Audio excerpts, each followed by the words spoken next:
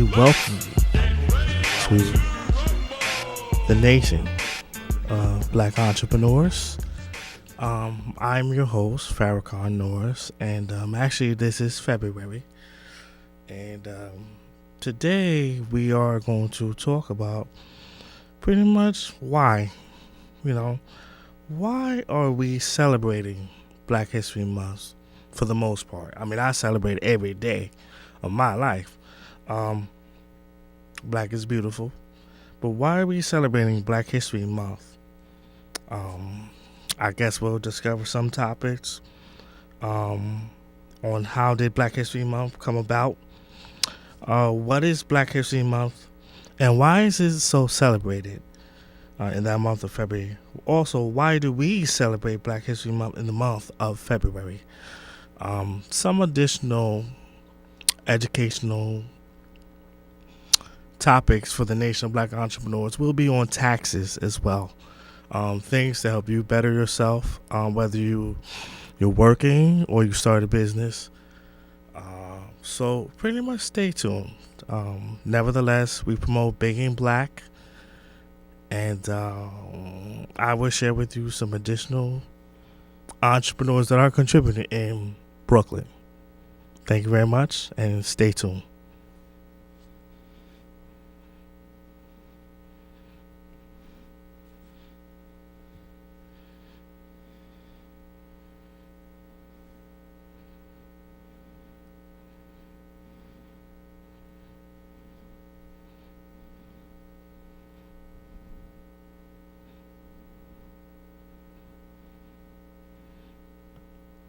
Okay.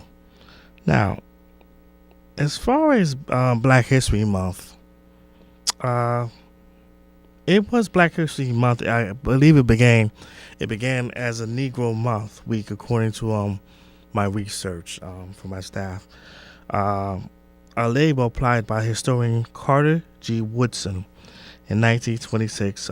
Woodson chose that week specifically because it covered the birthdays of the great Frederick Douglass. His birthday is February 14th, and Abraham Lincoln, which is February 12th. So I guess during that time, if you understand our history, that was the birth of that whole month. I guess because of Lincoln's history for the Emancipation Proclamation, as far as freeing the slaves, in reference to the great deeds of our Black people as well. So with that in mind, I'm going to share to you some history. Stay tuned.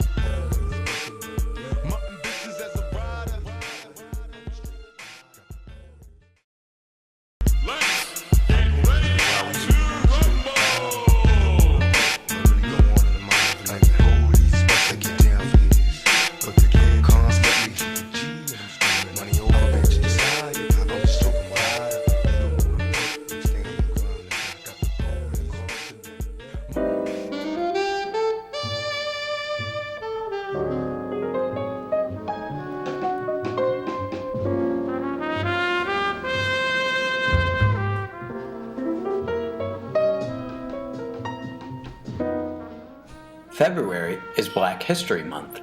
But why? Where did Black History Month come from? It began with this man, Carter G. Woodson, a historian and writer. Woodson noticed that his people were, quote, overlooked, ignored, and even suppressed by the writers of history textbooks and the teachers who use them, end quote. So he started a Black History Week in 1926, and people celebrated it enthusiastically. They started Black History clubs, and teachers started recognizing the contributions of Black Americans in their classrooms. He chose February, by the way, because it held the birthdays of both Abraham Lincoln and Frederick Douglass, two men he believed had done tremendous work for the rights and liberties of African Americans. It took another 50 years, though, for Black History Month to become officially recognized by our government. The president at the time, Gerald Ford, said that we should seize the opportunity to honor the too often neglected accomplishments of Black Americans in every area of endeavor throughout our history. Here's the funny thing, though. Carter G. Woodson hoped that someday people would no longer celebrate Black History Month. He saw the day when it would no longer be necessary, when finally we would see Black history in America for what it really is, an essential part of American history.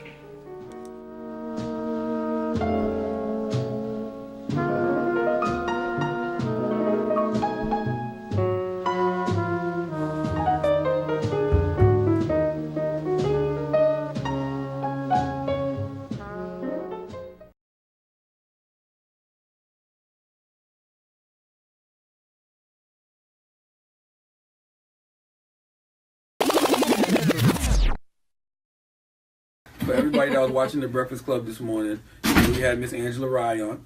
Okay. Hey, everybody. She was encouraging all of us to bank black. It's an initiative that's been around forever. I mean, it's nothing new. Martin Luther King Jr. been telling us to do it. Malcolm X, Elijah Muhammad, pulling You said on been resources. telling us to do it like Donald Trump said Frederick Douglass was still alive the other day. Yeah, because, I mean, those guys are still alive in my heart. You know what That's I mean? a good save. Yeah, like good save. they laid the blueprint already. And Yeah. then, like, Killer Mike last year, you know, he got a bunch of people signed up. And he called into the show. He called into the show this morning. So, Angela opened up her account when? I opened up my One United account on sometime last week. Mm-hmm. So I'm a proud black. I'm proud to be hashtag making black. But yeah, I opened my account last week. And I just completed the process. Check out You that can show 'em, screen, Max. Look. folks. Woo! I just completed my process. Thank you for completing the process of opening a new One United Bank online deposit account. I All just right. did mine. But it's a bunch of different black banks out there. We posted this image earlier. There are 22. We should say we had to correct the graphic. We had 23, but a bank was recently sold, which happens. But we still know that there are 22 black-owned banks in the community, and so we're not urging you to go to any particular bank, but we are saying you should definitely bank black. One of the things that came up too, Charlamagne, was, you know, is this a black thing? And we encourage everybody to bank black, right? Absolutely. I think especially if you support the culture. You know, if you're a person who supports the hip-hop culture, you like hip-hop music. If you just like black stuff, you know what I mean? There's a lot of y'all out there that like black stuff, and that's just the truth to the matter. And I think that if you should contribute something to the community by opening up a black bank account. And I'm not telling everybody to put up their whole life savings in a black Right. bank. You know, I put $1,000. That's what I did, because that's one of the savings accounts that One United has. You can open up a $1,000 savings account. That's what I did. And I'm going to put like $100, $200 in there every week. Because the only reason black banks aren't popping is because we don't support them. That's right.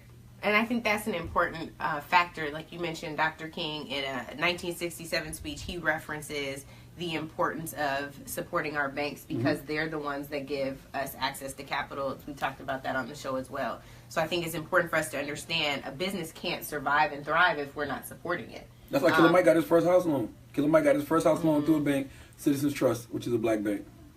So that's it. I don't know if there are questions. I'm sure So a got few questions. people are asking how they can find out where these black banks are located. Well, you can start by going to Angela Rye's Instagram or my Instagram. Yeah. We've got this image going around called Bank Black. It's on the Breakfast Club too, right? It's on the Breakfast Club Instagram. I don't even know what these places are, but Some of them, so they're kind of regional specific. There's we know One United has offices in Los Angeles, in Miami, and I think in New York. I'm not quite sure. We might need to fact check that last location. But there are banks in New York. There are banks in Atlanta. There There are banks there's South one in South Carolina, Carolina. There's one in North Milwaukee. Carolina. Mechanicsburg in North Carolina. I see Columbia Savings and Loan, that's South Carolina, Philadelphia, United Bank of Philadelphia. But they can pull that up and search for one that pops to them and see where they'd like to put their money. I think it's important. I think it's important because at the end of the day, we all know that if you've seen anything from this administration that is in the White House right now, they is not thinking about us. So after the killings of Philando Castile and Alton Sterling, there's a lot of people within our community that's been very hurt by this, and we want something done. It's great to march in the street. It's great to protest. That's fine. But if you do not have any results outside of that, you're just wasting your time. You're marching up and down the street for nothing. We all know in this country that black lives don't matter, but black dollars do matter in this country. And if you want to send a message to those who are trying to oppress you, those who are trying to subjugate you, those who want to possibly take your life, you got to remove something from them to make them respect you. You see, in this world, no one's going to respect you until you make them, period. And one thing they respect is the black dollar. So after all this that was going on with these killings, they said that if you will not give us justice, you will not get our dollars. What does that do? Is nobody doing anything wrong in the streets? Nobody's fighting the police or doing anything to the police? Nothing. That is peaceful as you want to be when you focus on black dollars. So they started this movement about banking black, taking money out of the institutions and going to black-owned banks or black-owned credit unions. Now, I'm going to go ahead and roll the clip of many people all over this nation, even right here in Houston, that's going to black-owned banks. Let's go ahead and roll the clip. Killer Mike is encouraging the black community to fight back with their dollars. And since he made the plea 10 days ago, more than 8,000 people have opened an account with Citizens Trust Bank. Anthony Williams is one of thousands switching his bank account to a black-owned bank. It's just really about recycling that black dollar, making sure that it's benefiting us because the other dollars aren't. As protests against the police killings of 2 black men in Baton Rouge and Minneapolis continue throughout the country, rapper Killer Mike is calling on people to make real change. He's launched a social media campaign to bank black. Us moving over, it's not really an act of bitterness or hatred towards any other group, but more so, we're just motivated to see how we can personally make a difference. The idea behind the movement is that investing in black banks will give more opportunities to African Americans. It's about taking care of ourselves. According to the Federal Reserve, there are 23 black-owned banks or credit unions in the U.S. Citizens Trust Bank is one of them and is based right here in Atlanta. The bank's CEO took to Twitter to thank Killer Mike for launching the movement. More than 8,000 new customers opened accounts with Citizens Trust in the past week. And on Monday, that number continued to grow. Because of the amount of people switching over, there is a long wait, but this is something that's great, so I don't mind waiting. The end goal here for this Bank Black movement is for more than 1 million people to deposit $100 or more into small, black, locally owned banks. For the first time in her life, entrepreneur Latasha Shroud has an account at a black-owned bank. This is a cashier's check from my checking account where I removed $10,000 to bring over here to Seaway National. Shroud was inspired by a Move Your Money campaign on Twitter, Facebook post, private text, asking people to move money to black-owned banks to spur economic empowerment. I felt like it was way past me being a black business owner to subsidize my community. I moved $300. Tredino Sanders and Shroud are among the more than 100 new customers in just the last few weeks. So just let your family and friends know. Bank manager Daryl Newell says new money has helped boost the bottom line by $1.6 million. On average in a week, we do about $200,000 per week. So far, we've done $305,000 this week, and it's not even Friday. On Friday, they could have more because Reverend Leslie Sanders is calling all pastors. we're asking each church at least a deposit of $1,000. Black radio is also driving deposits to black banks. Just like you diversify in your stock portfolios, diversify with where you decide to keep your assets. Those deposits go into the bank. That deposit comes out in the form of a small business loan, mortgages, investment into the community.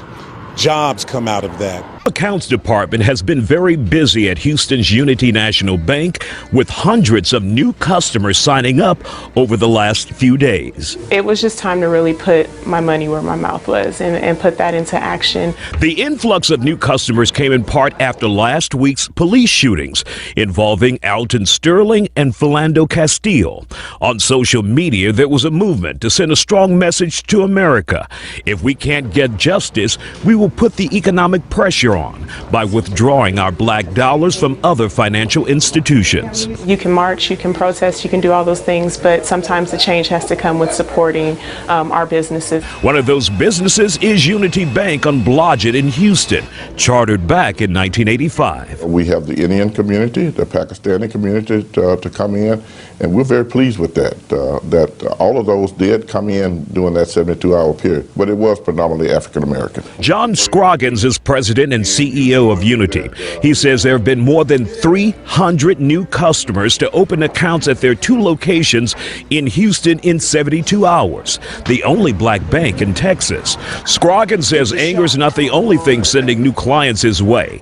He attributes it to an awakening as well. I think the primary reason was the new consciousness of the African American community that they want to do business with African American owned enterprises and business, and that's I think the main focus. Customers say Unity is just as competitive as your Bank of America's and the Wells Fargo's, while also having the same services. Scroggins also says just because it's black owned doesn't mean the doors aren't open to all races. But for now, he's seeing more people like Quincy King, someone who's hoping to send a message to the country he feels neglected by. It's enough to just say some things, but when you start actually getting out, moving your money, trying to help make some of these decisions, and moving those monies to the place of the decision makers, I think you're doing a good thing. Now, some people watching from the outside looking in, why is this news? Why is these different news organizations covering black people going to black owned banks? What's the big deal about that?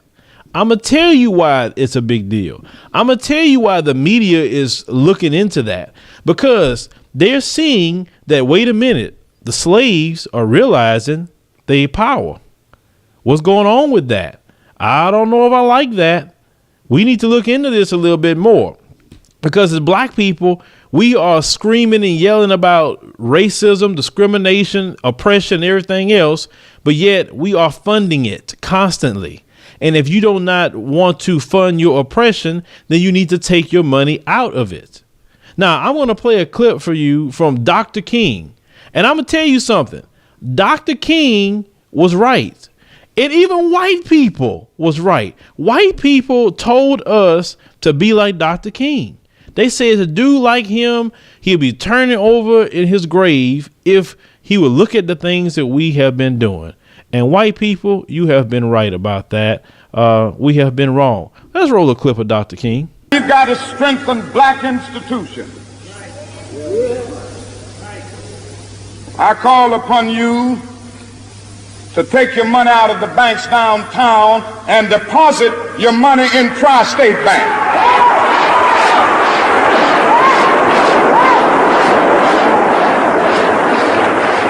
We want a bank-in movement in Memphis.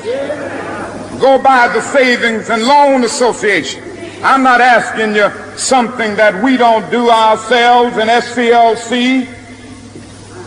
Judge Hooks and others will tell you that we have an account here in the Savings and Loan Association from the Southern Christian Leadership Conference. We are telling you to follow what we are doing. Put your money there. You have 6 or 7 black insurance companies here in the city of Memphis. Take out your insurance there. We want to have an insurance in.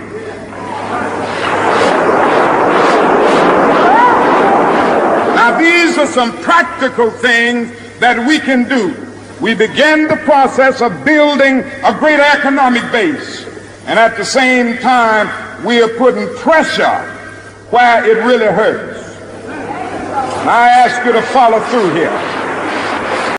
Now, you heard what Dr. King say. Dr. King said in his time period, one day before he was assassinated, to go down to the banks, pull your money out, and put it in black-owned banks. Go to black-owned insurance companies. Support your community. That's what Dr. King said to do one day before he was assassinated. So we haven't been listening to our white brothers and sisters for a long time, but now we are listening now. Thank you for telling us to be more like Dr. King, because he wants us to take our money and put it into black-owned banks. And I know, let me go ahead and circumvent that now. The white supremacist is going to come in and say, well, it's reverse racism to want to bank at a black bank, but it's not racism to want to bank at all the banks that owned us by white.